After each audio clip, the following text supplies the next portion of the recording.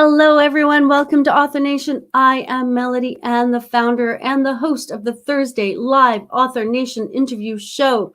You are here because you are ready to become a successful nonfiction author. And so join our community. You will have lots of interaction with other authors and lots of resources to go from idea to published book.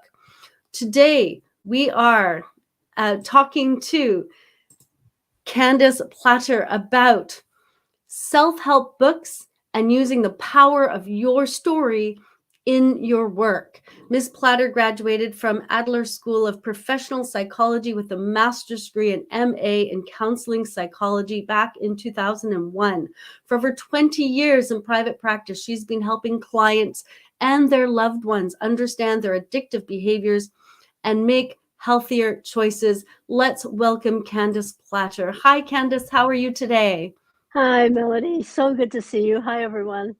It's lovely to see you. And you are in the same town as I am. We're both in Vancouver, British Columbia, where Yes, lovely Vancouver today. I was Yes. going to say where it's very wet today, and it seems to be very wet lately. Tell us a little bit about your work. Well, I am an addictions therapist in private practice in Vancouver, which, aside from the rain, is one of the most beautiful places in the world, I think. Um, I work primarily with the families and other loved ones of people who are struggling with addiction, because there's very little help out there for them. So I work with them. The family members, other people who love them are struggling right alongside the person who's addicted. And it's very hard for them. They don't know what to do. So I help them with that. I think that's really important. I grew up in a home where there was an addict, so I understand how, there's the addict, but then there's everyone around them who seem to have that, who seem to suffer along with them or, with them. Yes. So Yes. And go ahead. yeah, I was just going to say that, the people with addictions, they can get into their addiction and not have to feel what's really going on, but the other loved ones, their family members, they get to feel everything. So they really need help. Yeah. Well said, because that was my life. You've just described my youth. So well said. Thank you. I'm sorry. Yeah, Yeah. oh no. It's all good now. Yeah. I think this is a really important topic, because when I'm looking at the world today, I see a lot of addictions, and I'm not talking about just drugs and alcohol and gambling. I see people who are, falling in love over and over again. They get into a relationship, they get that euphoric feeling, and then it falls apart and they move on, or they're shopping and shopping and shopping. So can you just talk about addiction? What does that mean out, Mm. in its totality? Yeah. Well, as I was saying to you before we started, I really like short definitions that are just simple. An addiction is any kind of behavior or substance that gets in the way of you living your best life. So Hmm. it's something that's really causing trouble.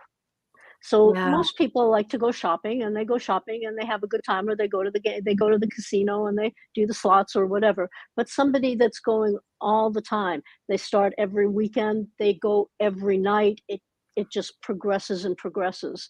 That's addiction. Right. So they're prioritizing that, whatever they're doing, over their relationships, over their work, over their hobbies, over their whatever else we could and should have in our lives. That's right. And I believe that that is a choice that they're making. They're not powerless over this. They're making a choice Right. to prioritize in that way. And as soon Right. as they make a different choice, as soon as there's incentive and a reason to make a different choice, they make a different choice. Right. That makes perfect sense. I know that sometimes when, an addicted person loses their families, that's what kind of shakes them out of it, and they start making different choices. So that's Yeah, well that's right. well put. Yeah. And I do, I get that. I get that it's hard, because when you're in the addiction, it can feel easier to stay in it than it feels to leave. But and I don't know for sure, but I suspect it's easier to leave than it is to stay in an addiction long term. In the long term, for sure. Yeah, I Yeah. mean, I'm gonna say to the audience that I use the word addict, and some people are saying that that's a disrespectful word. I'm an Mm, addict, and mm, coming up in July, I will have 35 years clean and sober. And when I found out that I was an addict, because I had no idea what was going on for me, I didn't know the term addiction really, it wasn't on the radar at that point. Um, as soon as I found out that I was an addict, that's when I knew that I could do something about it. So for me, I actually like that word and I don't use it disrespectfully at all. yeah. Um, but um, sorry, Melody, I lost track of what you were asking me. No, What did you that's ask no, me? thank you for saying that. That's thank you for clarifying that. I also use the word addict, and I've never meant it in a disrespectful way. I've always meant it Right. as descriptive. So Yeah. I didn't realize that some people thought it was disrespectful. It's a Yeah. descriptive word. So yeah. So Yeah. let's talk about your writing. So were you, before you wrote the book, were you writing? Were you writing articles? Were you journaling? Like, where did writing take you? Well, before I wrote the book, I had been working in the downtown east side area of Vancouver, which is Canada's lowest income area in the whole country. That's where, the addicts and alcoholics and homeless and people with mental health congregate um, there. So I worked there for about 16 years and then I left and went into private practice. Um, and at that point, I was working with this brilliant coach. Her name is Juliet Austin, if anybody is looking for a coach. And she helped me put together my website. I didn't have a website before. So I was writing, I was blogging, I was doing all of those things, writing articles and talking about addiction from my point of view, Yeah. before I wrote the book. Yeah. Yeah, that's and I find that that's really useful if you are writing, when you get to writing the book, you have some content for it and whatnot. So why did you decide to write a book, and how did you think that was going to fit into your business? Wow. Um, it's a story about why I decided to write the book, but I will tell you that I had no idea how it was going to fit into my business. I had a Fair. book in me. I needed to get that out. Um, so when I was working in the downtown east side as an addictions counselor, I was working with my clientele were some pretty hardcore addicts and alcoholics, and I loved working with them. I was about 3 years clean when I first started to work with them, and I could really relate. I mean, it takes one to know one kind of thing. Um, and as I kept working with them, their family members started to call me. So Mm. they would say things like, "We're at the end of our rope. We don't know what to do. It's like 2 o'clock in the morning and they're pounding on the door and they want me to let them in," and that kind of thing. Yeah. And I really didn't know what to tell them. I didn't have any expertise in that area, didn't know what to say. But this started happening more and more that the families were calling me. So I didn't seek that out. That came to me, kind of dropped in my lap. And as I heard their stories and counseled them, um, I saw patterns. I started to see what they were doing with the addicts that they loved so deeply, some mistakes that they were making. And when we don't know what to do, we make mistakes. This is the way we are as human beings. We make mistakes, we learn from mistakes. Mistakes are really important things. But they were making some mistakes, and I could see how that was keeping the whole situation stuck, you know. So as I started to work with them and work with the addicts, I saw really big changes happening with the addicts. And when I say addicts, I mean alcoholics as well. So they they started wanting some recovery. They started to recognize when their family set some boundaries for them, they started to recognize that, oh, maybe I don't really want to be in this life. Maybe this isn't really working for me anymore. maybe I better do something different. And so they started to change. The whole family dynamic started to change. So Mm. I knew I was onto something, you know. And what I also knew was that I wouldn't be able to work with everybody that I wanted to work with, because I wanted to work with everyone all over the world. This addiction is so rampant that today it's like everybody is either the loved one of an addict or they know somebody who is. That that's how that is today. So that's when the idea of writing a book came into my thoughts, and so I thought about it and thought maybe I could do it. I wasn't sure if I could, Yeah. but that was the beginning of the book. Yeah. I love that. Thank you for saying that you weren't sure if you could do it, but you were going to try. Uh-uh. I think that every author, almost every author enters authorship with that carrying that load, that Yeah. those fears, and so thank you for saying that. I Yeah. just, that's so relatable for people, right? I want to dive into the book, but the book's been around a long time. I love the idea. This is such a wonderful evergreen book. So when was it first published? Just so everyone knows. It was first published at I think it was the very end of 2009 or very beginning of 2010. So it's been about a dozen years. We've revised it several years ago, added some new stuff. Yeah. Yeah.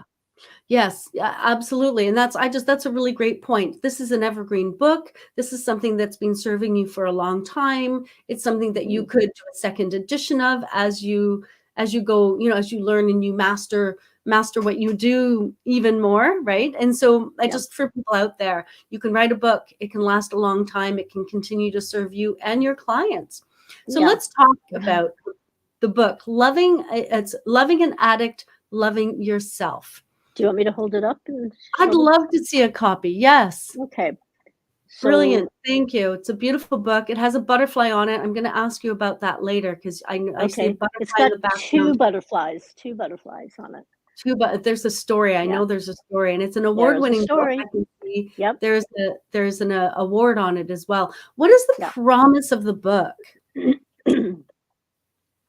I would say that the promise of the book is that when loved ones of somebody in active addiction learns how to stop enabling and learns how to start actually helping.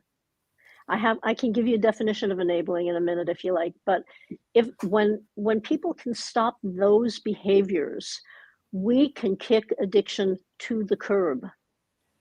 We can stop addiction. And it's not just the families, although you play such an important part in this, because addicts need their families, but they need their families to be healthy. Yeah. Right. So but it's not just families, it's corporations, it's government, it's it's just rampant. Enabling is rampant, and there's a lot of stuff going on because of that, Yeah. but Yeah. but I can't do everything much as I'd like to. Yeah. Excuse my voice. So I just stick to working with families. So enabling behavior is when we do something for somebody that they can and should be doing for themselves.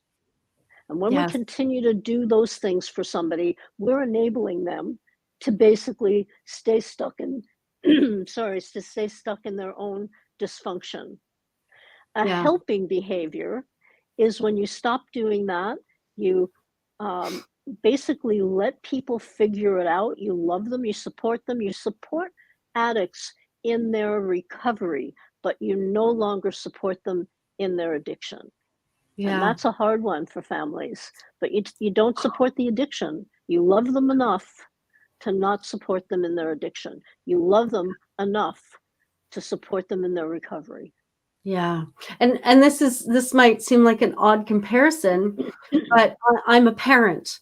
And Yep. as my children are growing up and they become more capable, it can be really challenging for me. And they're adults now, but I just remember how challenging it was to let go of doing something for them, because I was so accustomed to doing that task for my child.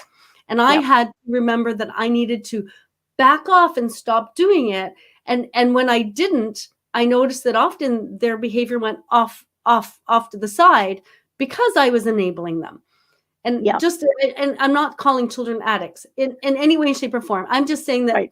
parenting is one of those things we do. And when we continue to do everything for our children, we are enabling them to become helpless rather than independent. Yeah, Yeah, they don't believe in their own resiliency if we do this. that's And right. somewhere, you know, your child might be thinking, well, mom's doing my laundry for me because she doesn't think I can do it myself. And people like being enabled. I mean, I don't want to do my laundry. If somebody came in and did my laundry for me, I'd be very happy. Pay my rent, come in and buy my food and cook for me. So but people lose their sense of usefulness and resiliency when they're enabled for a length of time. Yeah. Yes, exactly, exactly. And I've had people tell me that my book is also a really good parenting book. So you've brought that up, and whether your child is an addict or not, I think it's or your family member is an addict or not. There are many things in my book around self-care, around setting boundaries, around not doing for other people so that you're depleted. You know, Exactly. Exactly. And yeah. Genevieve, thank you so much. She says, beautiful. Thank you to both of you. Thank you for Oh, that comment. I'm thank glad you. you're enjoying this. And that's why I brought it up, because I see that in myself as a parent when my kids were growing up. So how does your book deliver on the promise that it gives? Oh, well, what generally happens is that people read my book, they find me through my book. So, for authors or want to be authors, um, this has become a business card on steroids, as they say. Mm, I never expected that. I can tell you that as an addict, when I was in my addiction, I was addicted to opioids for 15 years because I have Crohn's disease. And when I first was diagnosed back in the 70s, they didn't know what Crohn's really was, and they didn't mm, know how to help me. And so they just threw a whole lot of medication at me, like Valium, which isn't an opioid, but it's addictive, like OxyContin and codeine and morphine. And oh dear, can we just ignore that? That's my phone ringing. Sorry, I forgot to turn it off. we'll ignore that. Um, Yes. okay, just ignore that. And so I used these because they made me feel better, and pot as well, a lot more pot than I was smoking before. And and I just became addicted because anybody's body would become addicted. Wow. So um, so we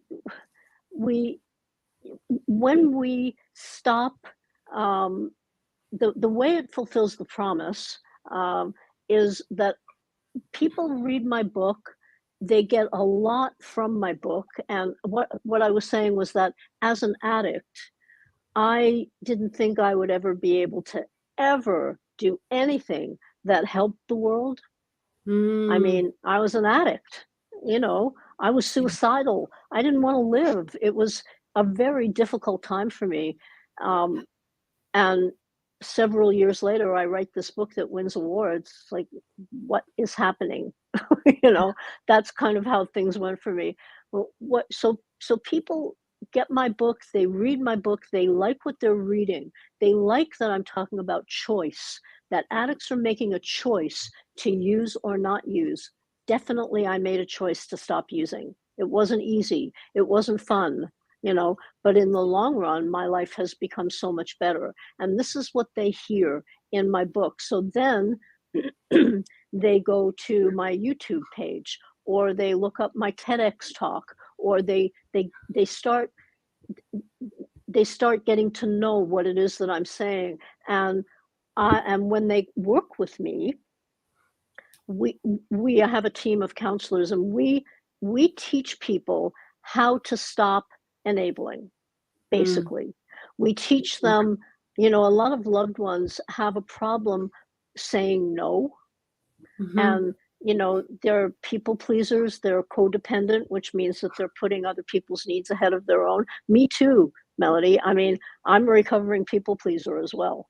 So, um, we teach them how to deal with other people's anger. We teach them how to deal with conflict. And we teach them that the most loving thing they can do for the addict they love is to help them stop, not to enable them to continue.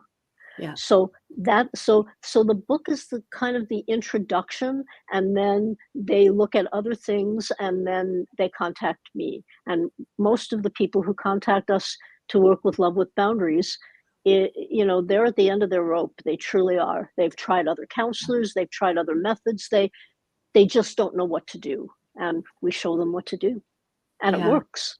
So Yeah. Absolutely. And I recognize that I would do, there's a piece of me that would do everything for all my children if I could, right? But there's the other piece of me that says, that's irresponsible. Don't do that. And I yep, just want to, I just want to ask a quick question because you're talking sure, about addiction as a choice. And so I yep, want to differentiate how we get into addiction versus how we get out of addiction. Because you were saying, they were just handing you opioids. So when I was in high school, I started getting these awful migraines, and I'd go to the doctor and he'd shoot me up with Demerol, and I would just yep, pass out. Uh, yep, right? And so yep. what was the risk there? We know Demerol's a serious drug. We're talking a 14-year-old being shot up with Demerol from a medical doctor It's because they, horrifying. right? So Horrifying. Yeah, we can have another interview about that. We have yes, another so discussion about that. Yeah. becoming an addict, I don't want to say, becoming an addict isn't your fault. You didn't say, please hand me these drugs, or please, I need a distraction. And so I go to the casino and then I lose track of it. So do we want to remove blame for how we got there, but add responsibility for getting out? Oh, so beautifully said. So Okay, good. beautifully said. I don't know anybody, myself included, that decided, gee, I think I'll be an addict in this life. That'll be fun. Let's go to Addiction 101 classes. Yeah. Nobody ever, nobody says that. In fact, the opposite is true. People who become addicted, I know this for sure, think, I'm not going to be addicted. I'm not going to get addicted. It's the other guy that's going to have a problem. I'm fine. I can handle it. I say this in one of my talks, I can quit anytime I want to. I just don't want to. Yes. Yes. But Thank the you. truth is, you can quit anytime you want to. It's not easy, and I'm simplifying it a lot. It takes work, inner work to do this, but it's absolutely doable. Yeah. This Thank you. I know for sure. Yeah. Yeah. So Thank you. I didn't ask to become addicted. Nobody asks to become addicted. People make mistakes with it. Addiction is progressive, which means that there's a thing called tolerance, especially with substances. So as you start using them, you need more and more to get the fix that you want, to get the high that you want. So Yeah. that's how addiction actually happens, is you just keep using more and more, and your body gets addicted. It's a physical thing. Yeah. But then it becomes easy because, if you're not really enjoying life too much, and if life just seems too hard for you, and you've got people in your life who let you get away with this kind of behavior, you know, that brings, then hey, why not? I don't have to feel it. I don't have to deal with my, activities of daily life. I don't have to do anything. I like this. Yeah. Thank you for And that, clarifying that. Yeah, yeah, because I find it important. I don't want to blame addicts, but I do want to give them the responsibility for their work in yeah, getting out of it. So let's talk about the book a little bit. It's a self-help book. It's a self-help book that's worked really, really well for many, many years. What are the yeah. secrets? What advice would you give to other authors who are like ready to write a self-help book and they want something like what you've written that's really going to work for a long time? Oh boy. Um, I was really honest in this book. Hmm. I talked about things that were not um, popular Mm-hmm. with the masses, you know. When I cleaned up in 1987, 12-step programs were the only game in town. Right. That's all there was. And they saved my life. There's no question about that. There came a time when I needed to stop going because there's a philosophy in 12-step programs. 12-step programs are AA, Alcoholics Anonymous, Narcotics Anonymous, Gamblers Anonymous, based on the same 12 steps. And the 12 steps tell you that you're powerless over your addiction. The 12 steps, basically, the philosophy of it tell you that relapse is a normal and natural part of recovery, and you're probably going to relapse. Don't worry about it. I don't believe that. I never relapsed. I don't think we have to relapse. I think that's a choice as well. And I talked about boundaries, and I talked about people like to call it tough love. Yes. And tough love has gotten a really bad reputation because tough love is love, and sometimes it's the most loving thing you can ever do for anybody. So, you know, if I say tough love to you and you think, oh, well, I'm not going to read that book, I think you might want to try it anyway. Right. Up to you, but you might want to try it anyway. So I was really honest about what I had seen in my career as an addictions counselor. I was also really honest about my own journey. And in the second edition, I wrote about my journey. There's a specific chapter about what happened to me and how it started and how I got out of it. And you know, I have this appendix at the end about how to find a good counselor, how to find a counselor that's good for you. And I'm suggesting things that people maybe never thought of, like interviewing a counselor, like asking a counselor, do you get supervision? Mm-hmm. You know, what is your definition of addiction? How do you see this? How would you work with us if we came to you? Yeah. And just really being forthcoming and honest. And not everybody likes my book. My book is very unpopular among addicts who are still in active addiction. They hate my book. Don't give it to your addict to read because they won't like it, because I'm talking about boundaries and consequences, and that's a thankless job, you know. But for the most part, it's been very successful. And I think because I've been authentic in the book, and I'm not trying to come across as the expert of the world. I'm just saying, this is what I've done. This is what I've tried. This has worked with clients. This has worked with addicts. And I know addiction from so many different angles. I'm an addict. I'm an addict in recovery. I grew up with addiction. You know, I'm a professional who's worked for 30 years in this field. So I think that's, I'm not sure if I could say any more about what made it work. I think that's probably what made it work. Yeah. What you see is what you get. What you see is what you get with me. Yeah. Yeah. I like how the book's structured. So can you talk a little bit about the structure and how you structured it? Because I think that's also part of the key. It's the way your book is structured is quite useful. Yes, it's interesting because I didn't sit down to say, gee, I'm going to structure it this way. I didn't know what I was going to do, really. I was flying by the seat of my pants. I liked writing. I've been journaling my whole life, personally journaling. But what happened was I realized that I needed to have some kind of an outline just to be able to be organized. And I came up with the 10 tips. I decided to come up with 10 tips, trying to think back. And once I had the 10 tips for loving someone with an addiction, then the book just sort of came to life for me. And I didn't necessarily write tip 1 and then tip 2 and then tip 3. You know, I was kind of all over the place, but I knew what I was doing and how to do it. Yeah. From a structure. Yeah. Yeah. And within each tip, like, so each tip is a chapter, and within each tip, what I notice you do if you kind of talk about what it means, you give stories and examples, and you Yeah, give advice. So each yeah, chapter has a, and it has the same, not exactly the same, but the same structure. Each chapter has the same structure, which I think is really useful. Did you yeah. come up with that structure and then stick to it, or did that just naturally flow? I think maybe both. It kind of Mm. naturally flowed, and I stuck with it. You know, I have a quote from other people in each tip. So, for example, um, I'm hoping that everybody isn't hearing an echo because I'm hearing an echo as I talk, but hopefully, no. Okay, good. My third tip is you can't change or fix another person, so stop trying. Yes. That's tip number 3, real important tip.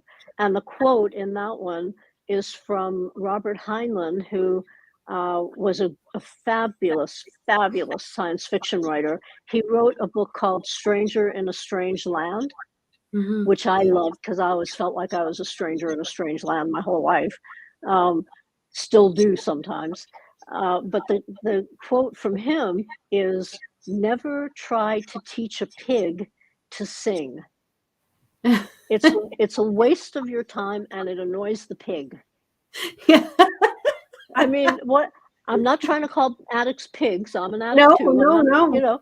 but when I read that, it was like brilliant. So we had quotes for each tip, and then I have this wonderful assistant who is my right arm, and she helps me so much. So she wrote to all these different people and said, "Can we use this quote?" And all of them said yes. And so, we put them all in the book. So, Yeah. And so you got permission for the quotes. That's another really important bit. A lot of yeah, people don't get permission, and there are some rules around how much you can use and how much what you can't use, but that you yep. got permission. That's really We important. got permission. Yeah, I didn't want to be sued for anything. And one of Yeah. the other things that I wanted to say today, I was thinking about this, that um, as I was writing, I also had a private practice of clients every day. And so one of the things I learned how to do was sometimes to write in 5-minute increments Mm-hmm. or 2-minute Yes. increments. If I was waiting for somebody and they were late, if I had some extra time, I could sit down and I could even get 2 sentences done. Yeah. And a lot of my book was written that way because I didn't have a whole lot of time. Yeah. So it, Yeah. it worked for me, and I always felt like, I did the 2 sentences or whatever, and then the buzzer would go on. Somebody was there and it was like, "Oh no, I wanted to keep going with this," but you can get back to it. You can Yeah. get back to it. Yeah. And I was going to ask you about your process. So you kind of came up with the 10 tips, and then you threw in sentences whenever you had 5 minutes, 10 minutes, you would just write a little bit. Tell us Yeah. a little bit more about your process. I think that's really it. That's I okay. I just I knew which tip I was writing at the time. I Yeah. knew what my focus was for each tip. What do I want to say here? What's really important? Yeah. Um, what will help people to know and understand, and Mhm. especially in a self-help book, because in a self-help book, you're informing, you're educating, you're soothing, you're uplifting. Those are the things that you want to do with a self-help book. Thank you. Um, and and so I was kind of aware that I wanted people to go away with a different take on addiction, um, that we're not powerless over this, that they're not powerless over what they're doing in with their addicts. I wanted Yeah. people to know that, and I also wanted them to go away feeling better, feeling hopeful, like there's hope here. We don't have to live this way forever, and you don't. Yeah.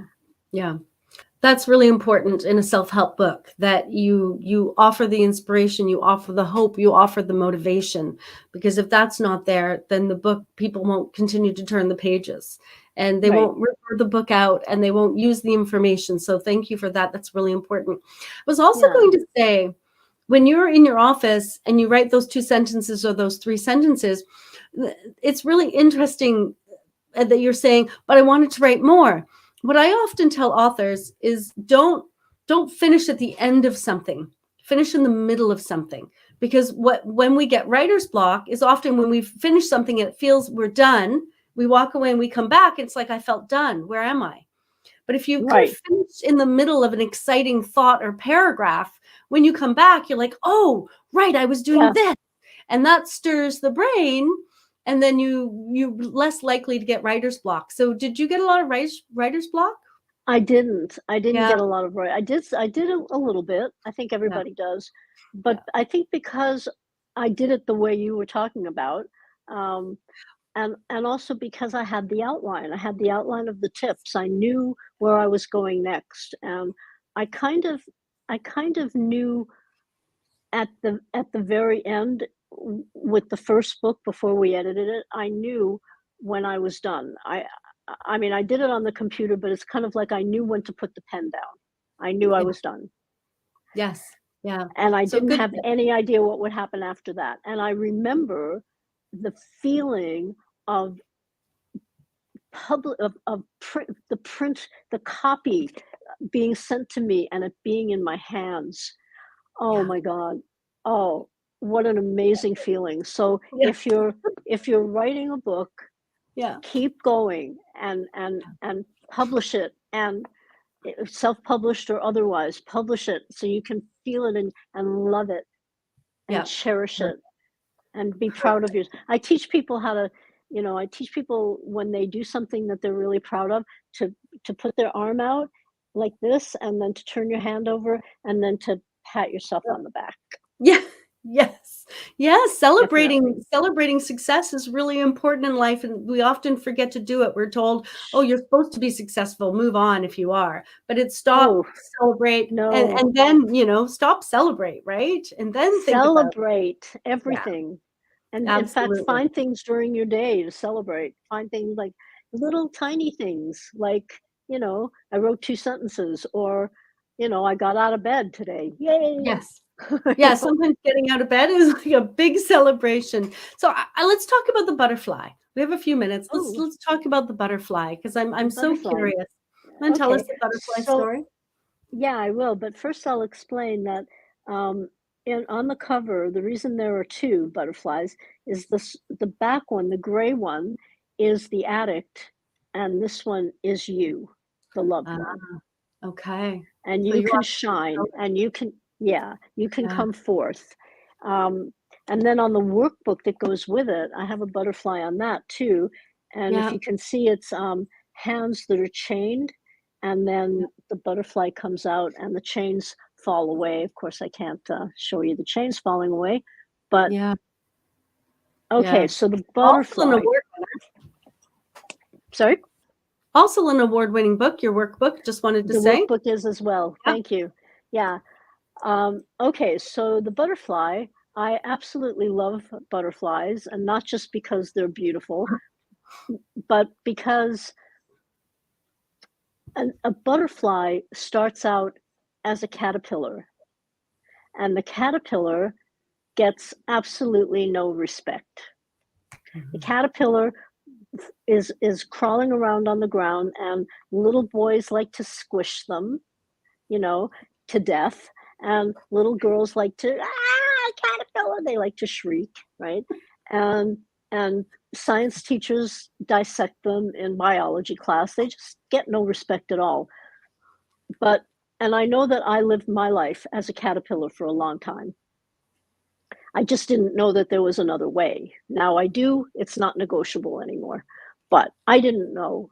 And so the caterpillar, this is what I respect most about a caterpillar, is that it has an instinct.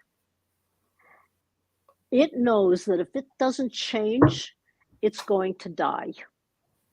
Mm.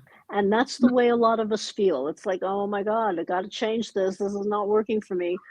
So the caterpillar, shimmies up the trunk of a tree and goes onto a little limb and then turns itself upside down and creates this chrysalis of what I like to call bug juice, ew, and sits in its own bug juice for as long as it takes to change almost all of its DNA.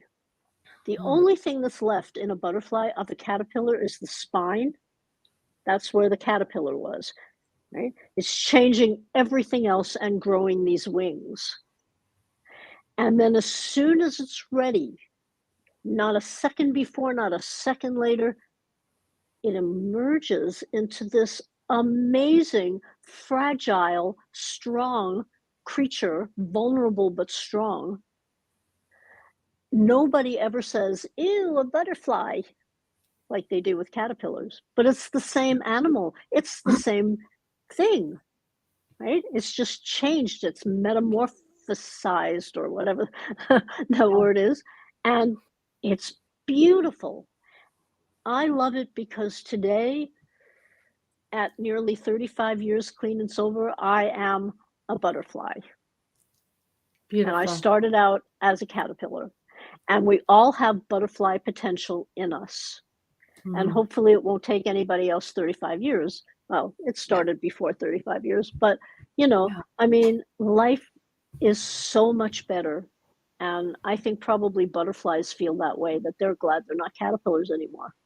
Yeah. So, I love how you use your story. Do you have any hints as we wrap up on how people can use their story in their work? Because you do it really well. Well, I think probably I've never been asked this question. I think having amusement with ourselves, it's kind of a spiritual tool to be able to be amused with ourselves. When we can be amused with ourselves, I mean, life is so much better than when we take everything so seriously. And what I want to say is that even though I'm a butterfly today, I still have growth periods that make my hair stand on end. It's not like life is perfect for me. It is not. Yeah. But sometimes I'm really amused by myself, and I think that really helps to, because sometimes life can be very hard, and so finding things every day, when I lie in bed to go to sleep at night, I look back over my day and I look at what did amuse me today, what surprised me today, what did I enjoy today, what am I grateful for that happened or appreciative of that happened today, and I think about those things as I drift off. So Nice. being able to write about, or even if you're not writing about it, to have that sense of, yeah, it's serious, but maybe it doesn't have to be as heavy Yeah. as, I know that when I read a self-help book that's really heavy and that's, I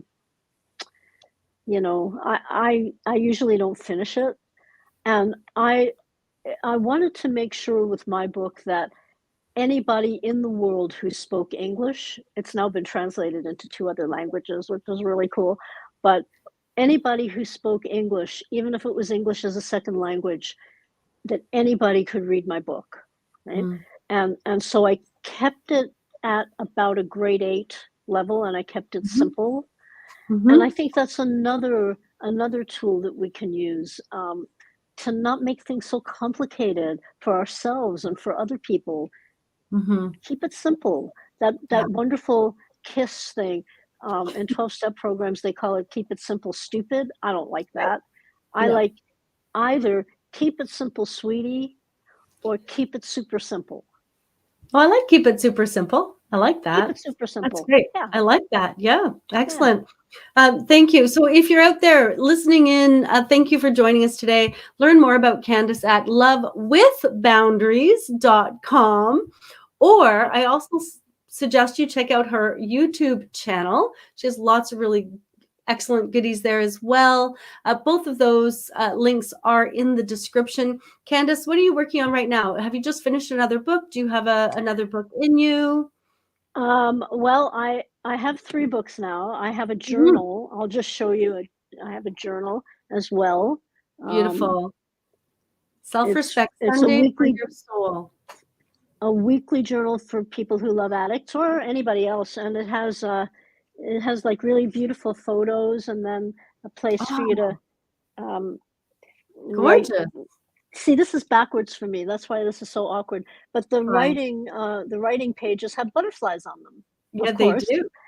Gorgeous. And I do have another book in me, which I will start when I'm retired because I'm too busy now. But it's in me for sure because I grew up with a very narcissistic mother, classically narcissistic. She Yeah. fits all the criteria of the DSM, classic. Yeah. Not a picnic, and it explains a lot about why I got Crohn's and addiction and all the things that happened to me. There comes a time when we have to stop blaming our parents, and I have, but there are reasons for why my life took the track it took.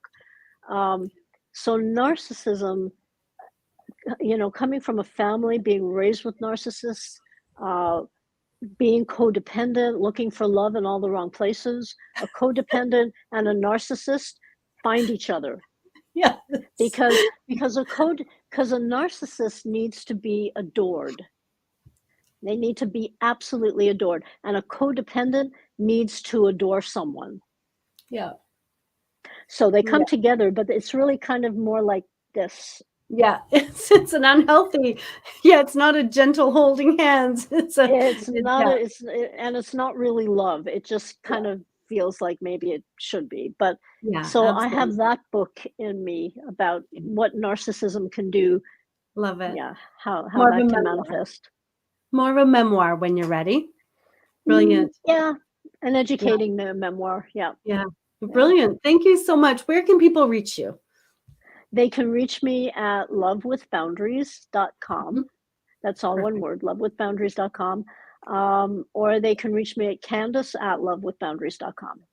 Perfect. And I've also put your Facebook and your YouTube and your website all in the description. So get in touch with Candace. We have way too much addiction going on in this world. So thank you very much for joining me today to talk about addiction and to give us such good advice on self-help books. I really appreciated talking today. Thank you, Candace. Thank you, Melody. It's been a pleasure. We'll see everyone else next Thursday.